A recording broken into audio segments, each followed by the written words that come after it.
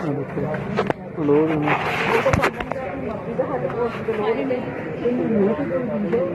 ਸਾਡੇ ਤੋਂ ਵੋਟ ਦੀ ਲੋੜ ਹੀ ਨਹੀਂ ਇੱਥੇ ਰਹੀ